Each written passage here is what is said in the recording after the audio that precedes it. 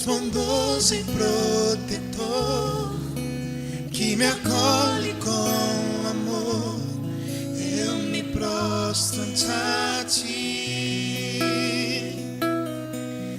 Eu me prostro ante a ti. Não há outro Deus, não há outro Pai, não há outro amor igual ao teu. Eterno prazer, gozo sem igual. Não há outro amor igual ao teu. Não há outro Deus, não há outro Pai, não há outro amor igual ao teu. Gozo sem igual. Não há outro amor igual ao teu. Em ti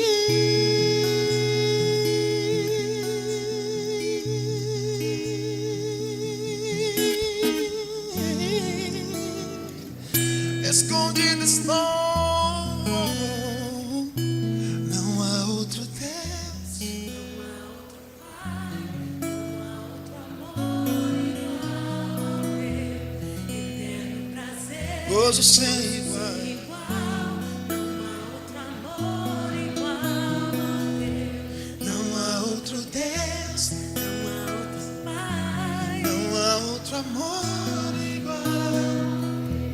Eterno prazer, gozo sem igual. não há outro amor igual ao teu.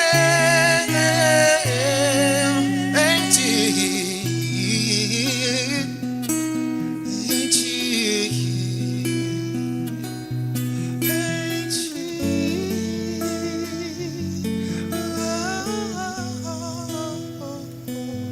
Em ti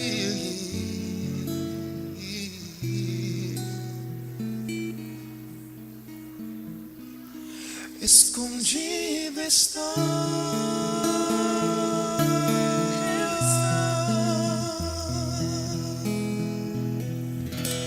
Amém, Jesus, glória a Deus.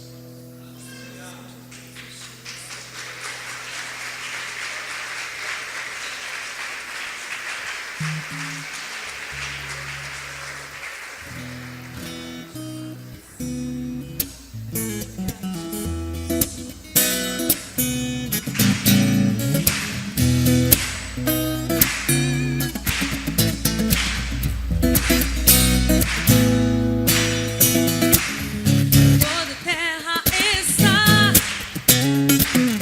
cheia da tua glória.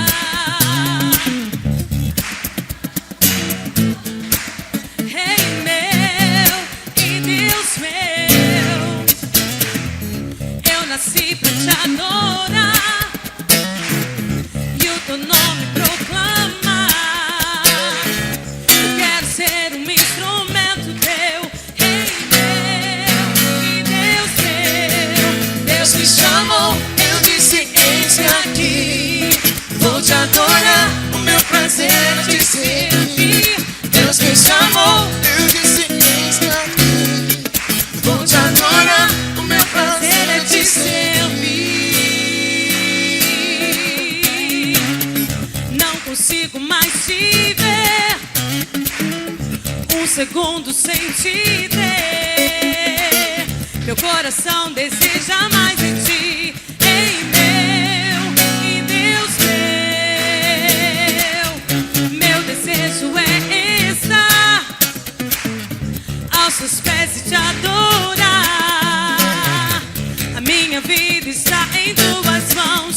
Ei, meu e Deus meu, Deus me chamou, eu disse eis-me aqui.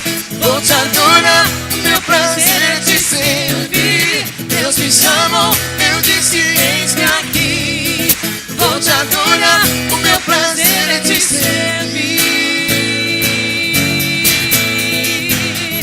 Tua vontade é o que mais quero. Cumpre em mim o teu querer.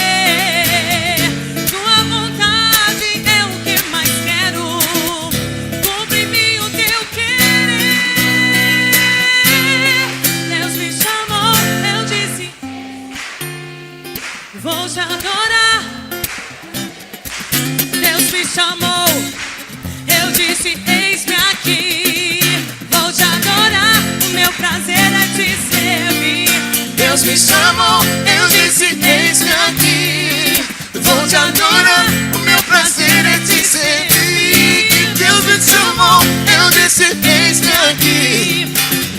adorar. O meu prazer é te servir.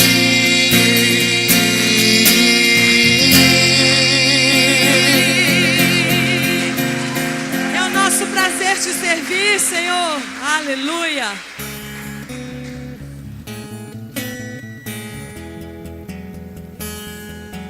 Oh, no, no, no, no, no. Não é tempo de olhar atrás. Não é tempo de desanimar. É tempo de dar as mãos e nos levantar. De olhar além dos montes e enxergar. Que Deus tem o que, igreja? Que Deus tem melhor pra nós, melhor pra nós. Vai nos separar. Eu vou voar mais alto. Eu vou romper os montes. Eu vou saltar muralhas, vou quebrar cadeias pelo seu poder. Eu vou voar mais alto. Eu vou romper os montes. Eu vou saltar muralhas, vou quebrar cadeias pelo seu poder. Oh, oh, oh, oh, oh. Oh, oh, oh, oh, não, não. Quem sabe canta. Vai. Não é tempo.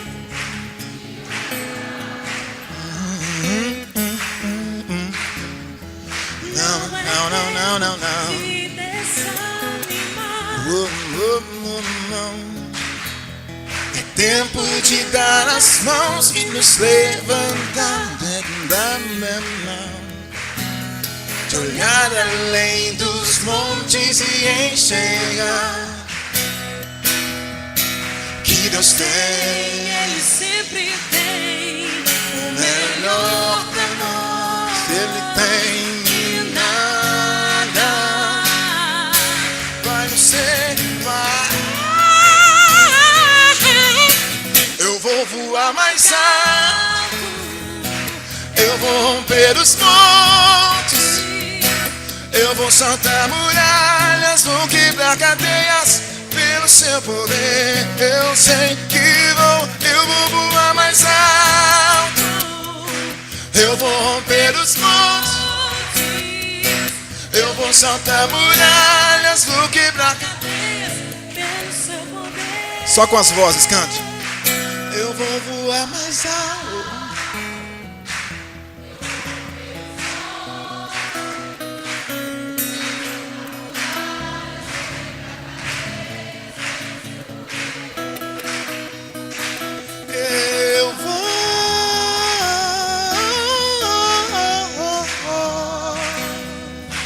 Eu vou saltar muralhas, vou quebrar cadeias Pelo seu poder.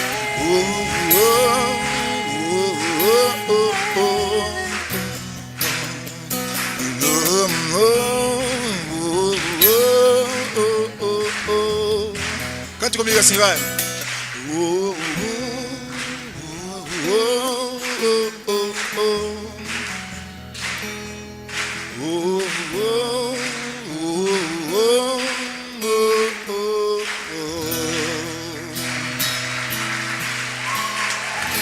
Glória a Deus. Deus abençoe. Pode se sentar. O costume, o ritual de partir o pão aqui como quem faz de novo. Porque o sacrifício de Jesus, ele já está feito.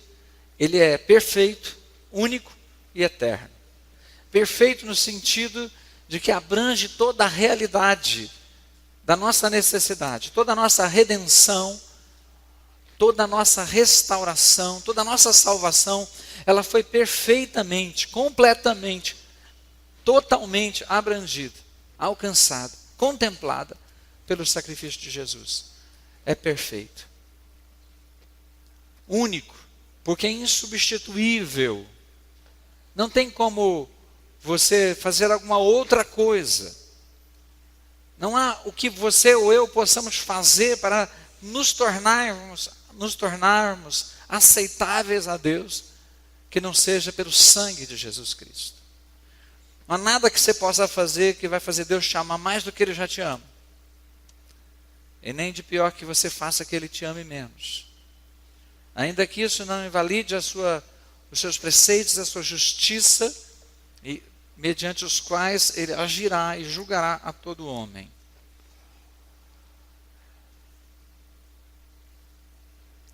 Mas nós estamos aqui, queridos, para, celebrando esta ceia, podemos representar, podemos dramatizar aos nossos próprios olhos, aos nossos próprios corações, a realidade de que Cristo morreu por nós. E o melhor de tudo é que Ele está presente. Então nós, quando celebramos a ceia, nós vamos fazer isso numa vívida experiência de comunhão com aquele que deu sua vida por nós. Precisa ser real para nós. Deus é um Deus que Ele se expressa por maneiras muitas vezes dramatizadas e muitas vezes dramáticas mesmo. Nós vemos tantas experiências, tantos profetas no Velho Testamento que eram levantados para serem dramatizados. Mesmo no Novo Testamento, a Bíblia fala de um profeta que tomou o cinto do apóstolo Paulo e amarrou suas mãos e amarrou seus pés. E o profeta amarrado, de uma maneira que se alguém chega aqui na frente, né, pega o meu cinto, pede o meu cinto emprestado e se amarra com o meu cinto aqui na frente e deita aí no chão amarrado, alguém vai dizer, está louco. Mas foi assim que um profeta revelou a Paulo que ele iria ser preso. O homem a quem pertence esse cinto, assim será atado. Quantas vezes Deus nos agiu conosco de uma maneira a nos deixar bem conscientes, deixar bem claro diante dos nossos olhos aquilo que Ele tem para a nossa vida. A maior representação, e não apenas representação, mas o amor de Deus demonstrado, o amor de Deus comprovado de maneira dramática, foi Jesus morrendo na cruz do Calvário. Ali Ele mostrou o seu amor por nós. O texto que nós lemos começa dizendo que, tendo amado os seus, amou-os até o fim. Jesus nos ama de uma maneira que não muda, de uma maneira que não varia, de uma maneira que não sofre com as circunstâncias, com as nossas instabilidades, com as nossas fraquezas, com os momentos em que nós recuamos, nos momentos em que nós falhamos e pecamos. O amor de Deus por nós não muda. Contudo, Deus nos chama para estarmos com Ele, para estarmos nele e para fazermos a sua vontade. E esse texto que nós lemos, capítulo 13 do Evangelho de João, ele está num momento muito importante da vida de Jesus, praticamente às vésperas da sua morte. Na verdade, literalmente, às vésperas da sua morte, celebrando a ceia, celebrando a Páscoa com os seus discípulos. Os evangelhos de Mateus, Marcos e Lucas dedicam a esse episódio alguns versículos, quando muito, quase um capítulo, meio capítulo. João nos prima, nos abençoa com 5 capítulos dos seus 21. Na verdade, é um texto que foi escrito do começo ao fim e depois dividido em capítulos para que nós pudéssemos estudar. Mas, falando assim proporcionalmente, dos 21 capítulos do Evangelho de João, 5 deles relata Jesus, relata uma noite de Jesus com os seus discípulos. Eu convido você depois a fazer um estudo, uma leitura carinhosa, uma leitura cuidadosa, uma leitura realmente dedicada, como a palavra de Deus nos convida a nos inclinarmos sobre a palavra, nos debruçarmos sobre ela, para estudarmos capítulo 13, 14, 15, 16 e 17 de João. e você poder ver o quanto Deus vai falar com você. O cuidado de Jesus nesse último tempo junto com os seus discípulos, era a última reunião em que ele estava com os seus discípulos antes de ser preso no jardim do Getsemane. E no começo dessa reunião, ali no meio daquela ceia, a Bíblia diz que Jesus tira as suas vestes, a sua veste de cima, a melhor parte da roupa, a mais bonita que aparece, ele se despe ficando somente com a sua túnica, e então ele arruma uma toalha, um pano, amarra aquilo na cintura e começa a lavar os pés dos seus discípulos e a enxugar com aquele pano que ele estava cingido. Eu fico imaginando, né, se é para trazer uma lição de maneira dramatizada, essa para mim é uma das mais profundas, que fala do amor de Deus por nós, que fala do amor de Deus em nós e que fala do amor de Deus entre nós.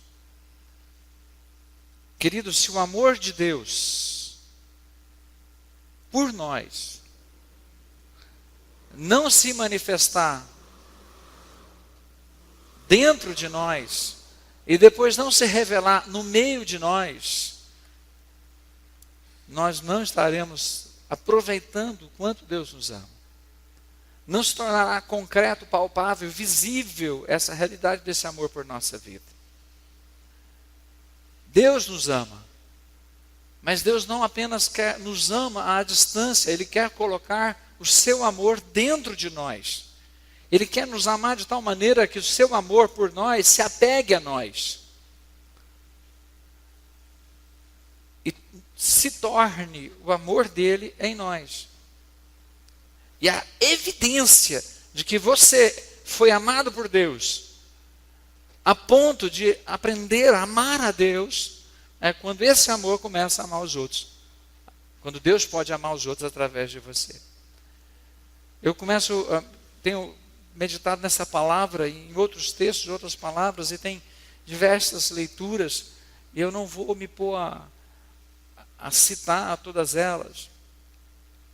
Mas me chama a atenção como que a finalidade de Deus em nos salvar é porque Ele nos ama, essa é a causa, a razão, mas a finalidade é para que Ele possa amar através de nós. A palavra de Deus lá em Pedro, por exemplo, primeiro capítulo, ele fala, tendo purificado as vossas almas pela obediência à verdade, amai-vos uns aos outros, fraternalmente. Aliás, ele diz, amai-vos ardentemente uns aos outros, com amor fraternal, como irmãos. Se nós fomos salvos, se você ler o primeiro capítulo de Pedro, ele começa a agradecer a Deus, e ele começa a dizer que nós fomos regenerados para uma viva esperança. Ele continua dizendo que nós somos guardados pelo poder de Deus para uma salvação que está reservada para nós nos céus, que é gloriosa, que é imarcessível, ou seja, que não vai murchar, que não vai perder o seu brilho, o seu valor. A vida que Deus tem para você no céu, querido, não é como um presente novo que você ganha e fica empolgado enquanto ele é novo, e gradativamente vai perdendo o brilho, o significado, até que você já não dá tanto valor e fica na expectativa de um novo presente. Mas a salvação de Deus para você, reservada nos céus, é de um brilho, de uma glória tal, que quando você ali chegar, querido, não vai perder o seu brilho, ela é imarcessível. A glória de Deus brilhará continuamente, cada vez mais, e a sua experiência com Deus será cada vez maior. Deus tem nos chamado para isso.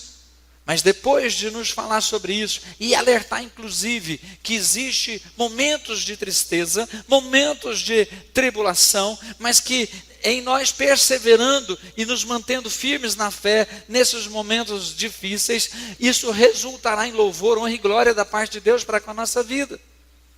E com base nessa salvação que nós recebemos, o apóstolo Pedro nos exorta e nos convida a termos uma mente sóbria, inteligente. Ele diz, cingindo o vosso entendimento.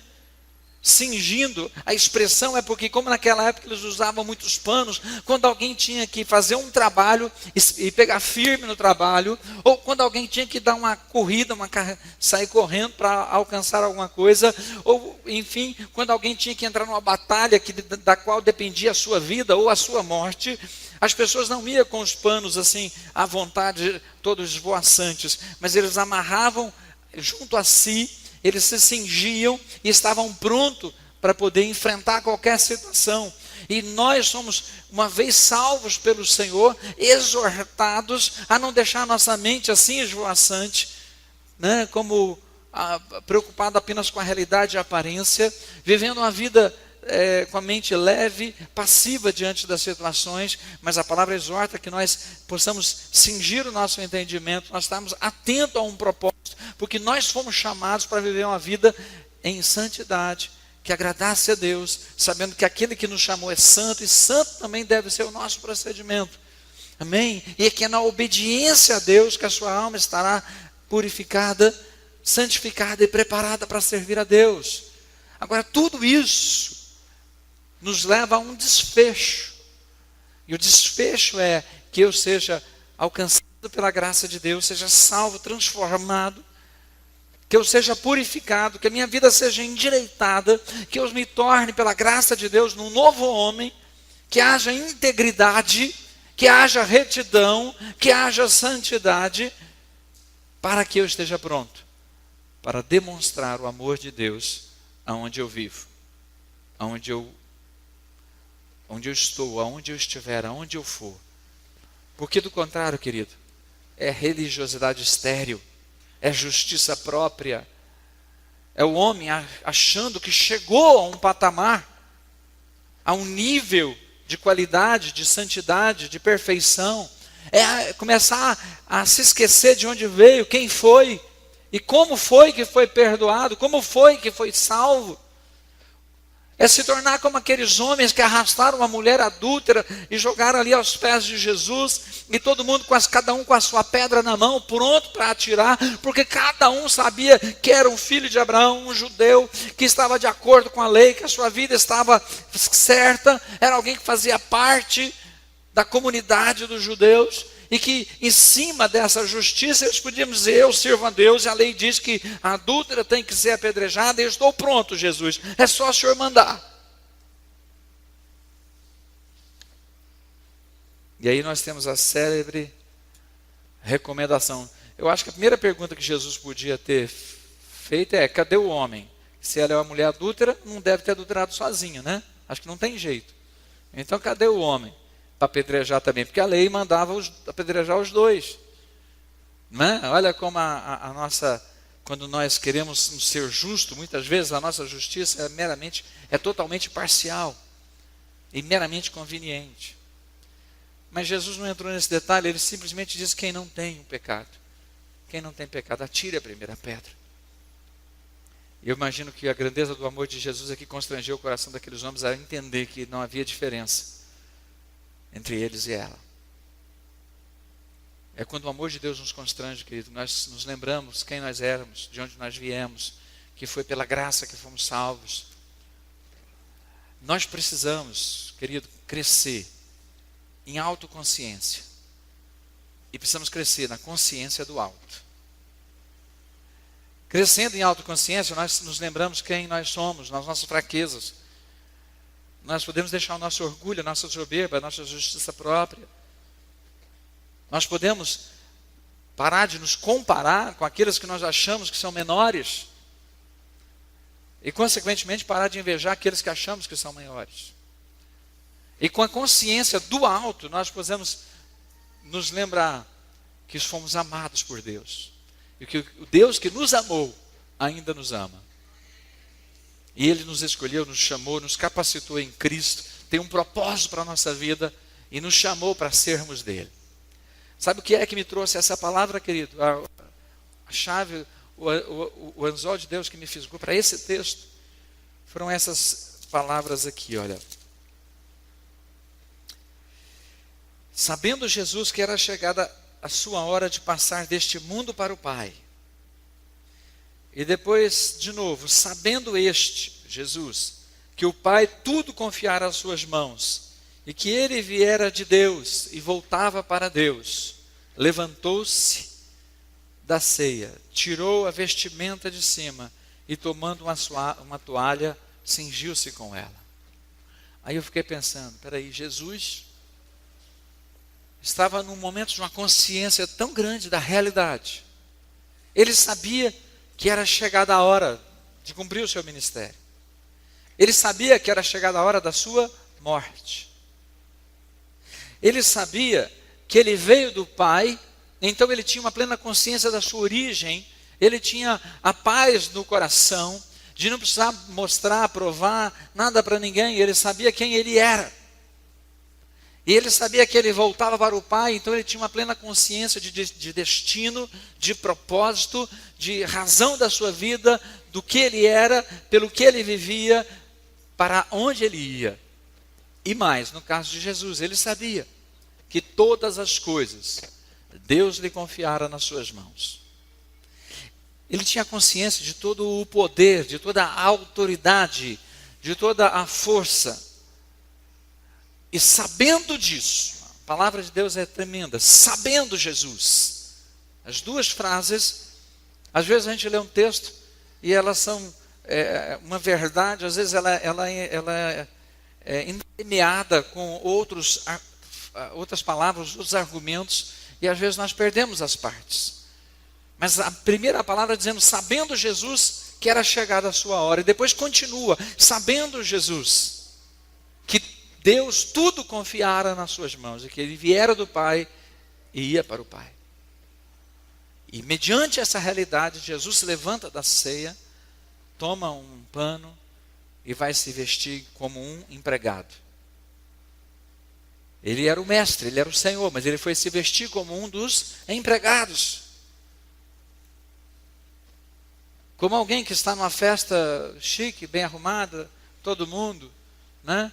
E você está ali talvez com o seu terno, ou você, madame, está bem vestida ali, e de repente você tira os seus ornamentos, tira o seu casaco, né? O seu Spencer, não sei como é que chamam essas coisas de mulher, né? É o meu blazer. Da mulher às vezes tem outro nome mais bonito, né? E com o tempo vai mudando esses nomes também, né? Mas você tira ali a sua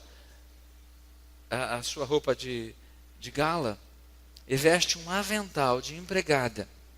Talvez nem está tão limpo, nem está tão passado, não está bordado em ponto cruz, não está ali com seu nome em letras douradas, não é um enfeite, é um aventalzinho mesmo de empregada, de serviço, né? E você se veste e começa a servir os outros, e começa a servir as pessoas.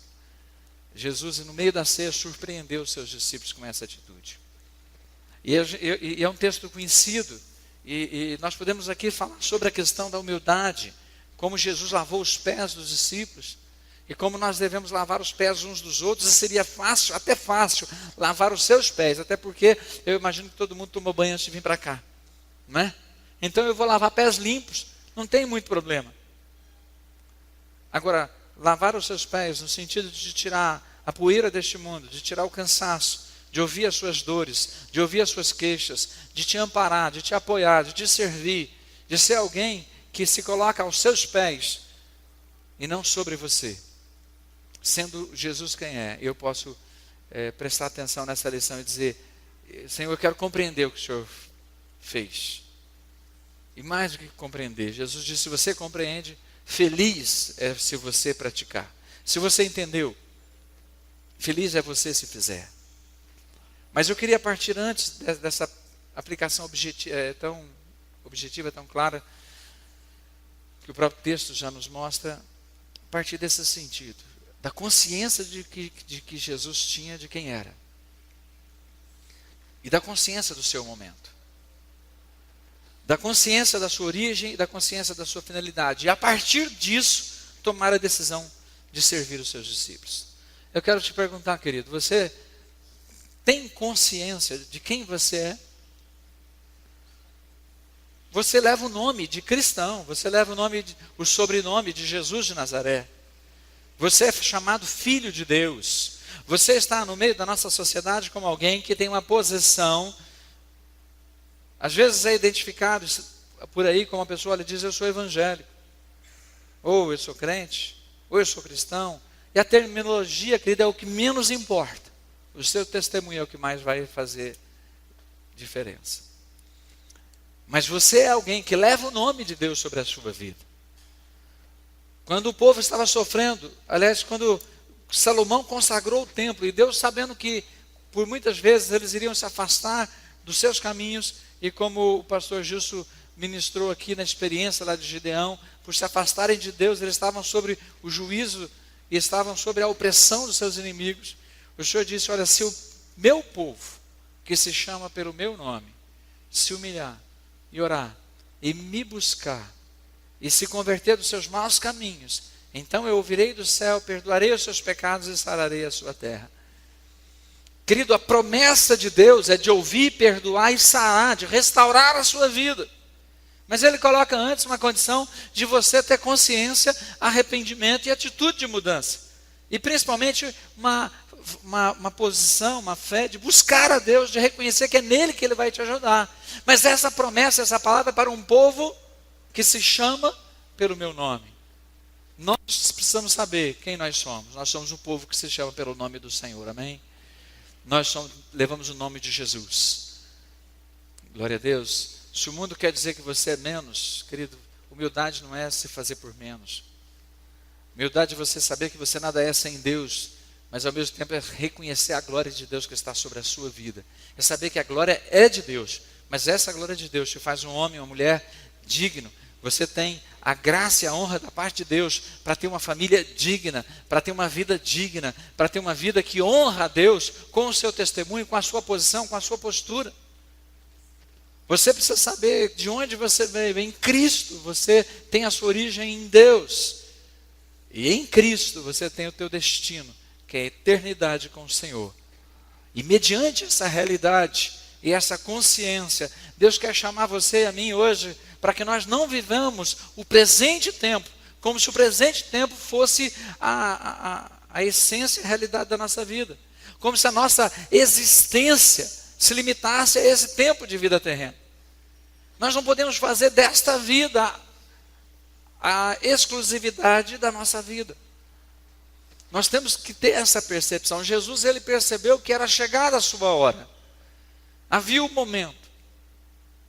E os cristãos, queridos, têm vivido hoje, nos dias de hoje, como se o reino fosse simplesmente aqui. Como se servir a Deus fosse vir à igreja e dizer que é de Deus simplesmente. E que na verdade a essência de tudo é receber de Deus todas as bênçãos para viver uma vida próspera e pela sua prosperidade, pela sua riqueza, mostrar para os de fora que você é abençoado e portanto Deus está com você.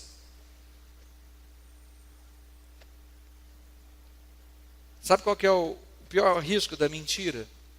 É quando ela tem parte de verdade. Quando a mentira é uma mentira deslavada, é fácil identificar.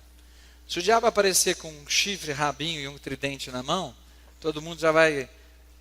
Bom, alguns vão assustar, né? Mas deveriam tomar posição de autoridade e repreendê-lo e mandá-lo para o lugar dele, vai para o inferno. Mas muitas vezes a mentira, ela se disfarça de sutilezas que parecem com a verdade.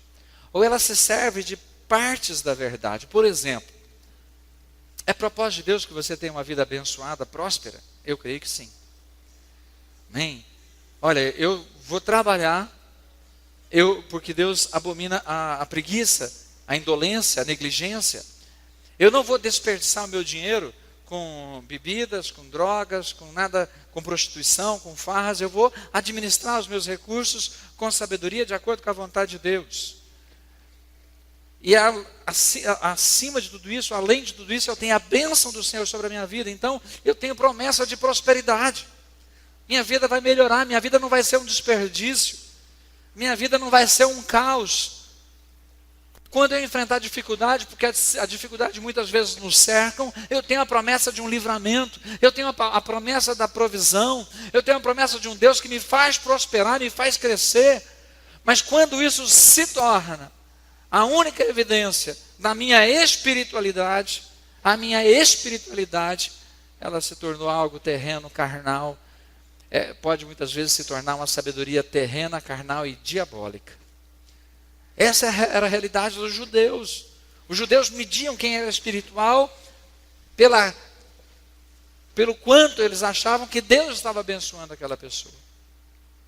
E o convite de Deus é para que você seja um homem, uma mulher próspera, sabe, trabalhe, cresça. Eu fico feliz de ver os meus filhos com uma prospecção de vida melhor do que a que eu tive. Melhor do que a que eu tive. Meu pai morreu, eu tinha 13 anos de idade. Minha mãe trabalhava dia e noite para ter pelo menos arroz e feijão dentro de casa.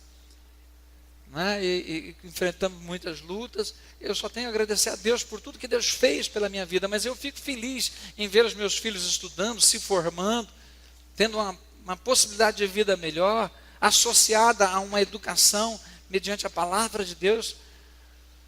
Mas, querido, isso não é o que eu espero para a vida deles, tão somente. O que eu espero e desejo é que eles tenham uma visão de eternidade. E essa eternidade não num ato suspenso de que quando Deus chamar nós vamos para o céu. Mas uma eternidade que começa agora, demonstrando o amor de Deus.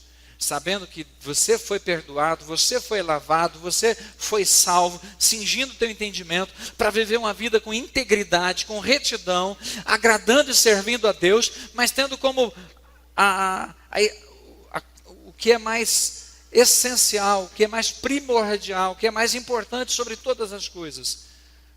O quanto você tem amado as pessoas que Deus coloca do seu lado. Se você é uma pessoa que vive em amor, porque se não tiver amor, pode ter todo o conhecimento, falar todas as línguas, conhecer todos os mistérios, fazer todas as boas ações, que você não vai ser nada e não vai ter nada. Se não tiver amor, nós nada seremos. Jesus demonstrou isso vestindo a sandália, lavando os pés dos seus discípulos. Veja que Pedro fala para Jesus: não, Senhor, o Senhor não vai lavar meus pés. Eu sou tão humilde que eu me orgulho da minha humildade, que eu não vou deixar o Senhor fazer isso comigo. E Jesus disse assim: se eu não te lavar, você não tem parte comigo. Querido, a nossa humildade tem que ser humildade até para a gente aprender a receber. Tem gente que é tão autossuficiente, que está disposto a ajudar todo mundo, mas não sabe ser ajudado. Não é humilde para receber, só sabe dar.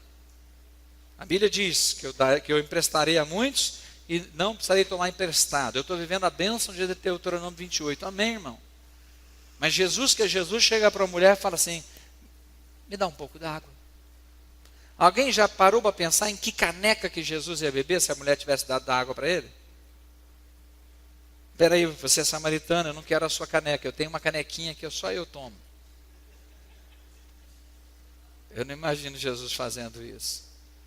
Mas eu imagino Jesus, se a mulher servisse, ele tomaria na caneca dela.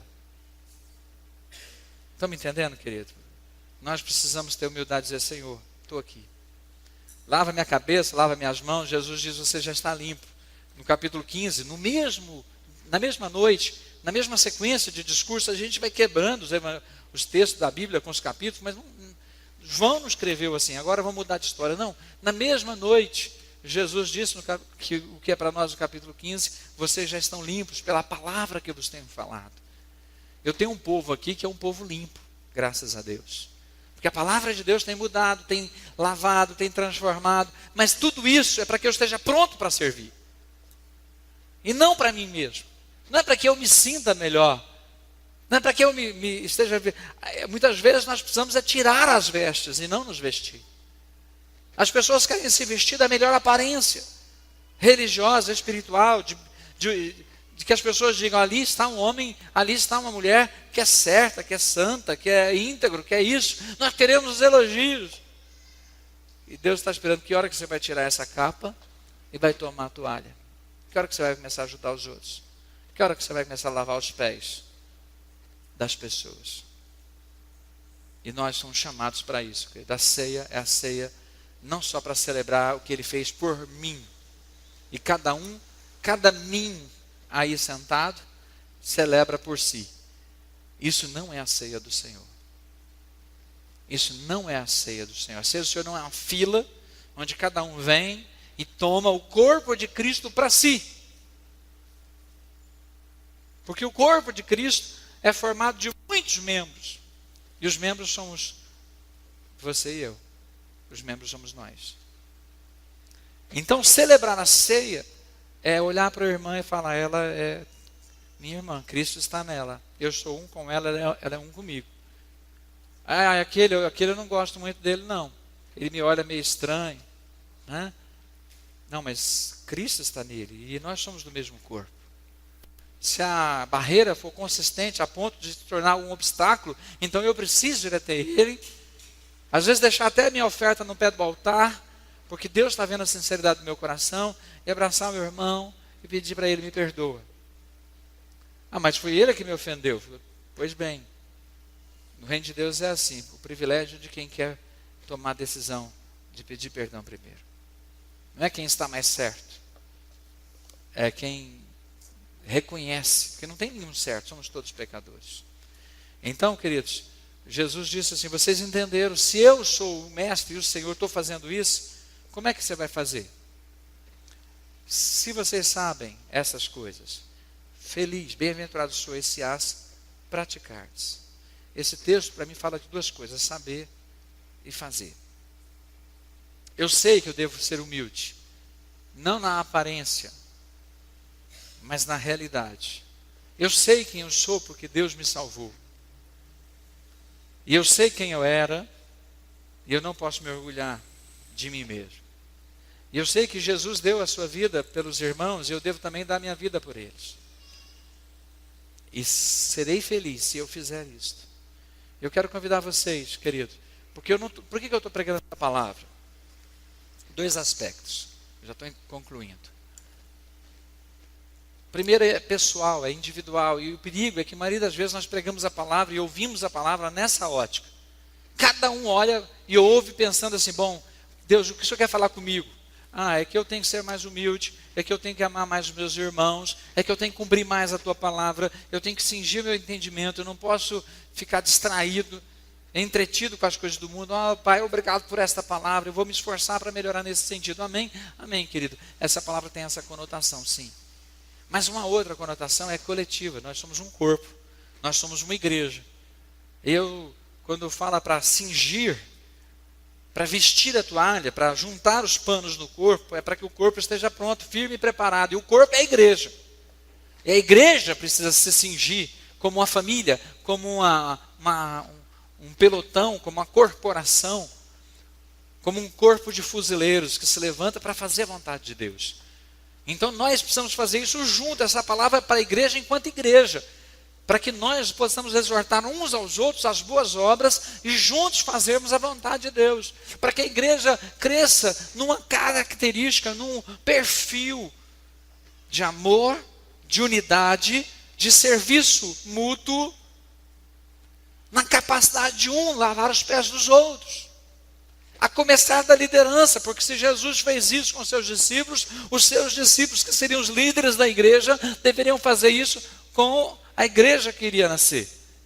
E assim nós, a começar de mim, os meus pastores, os diáconos, os líderes de grupo, os líderes de jovens, e todos nós, e depois nós todos juntos com aqueles que Deus trará, ou a quem Deus nos levará, demonstrando de maneira prática o amor de Deus. Não tem palavra que substitua um gesto de gentileza, de carinho, de afeição, de cuidado por uma pessoa que está caída, ferida e perdida nesse mundo. Não adianta pregar o evangelho. Aliás, a pregação do evangelho deve ser através desses gestos de amor.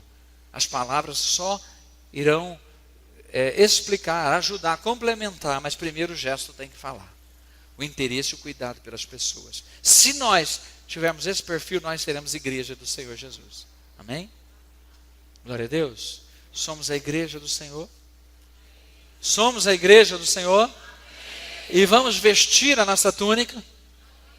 Você consegue imaginar um avental, né? Você consegue imaginar um avental pequeno que você se cinge, para onde você estiver, você servir as pessoas? Sim, eu posso imaginar isso. E você consegue imaginar a igreja com um grande avental, sendo um só, e uma igreja que tem o mesmo perfil, servindo as pessoas? Você consegue imaginar isso, querido? Essa é a minha oração por esta igreja. Uma igreja que ama, uma igreja que serve. Uma igreja que atende às necessidades, que demonstre o seu amor. Só demonstra porque existe demonstração sem realidade é falsidade. Então vamos viver e expressar esse amor de Cristo. Amém? Vamos ficar de pé. Nós vamos celebrar a ceia do Senhor nessa hora.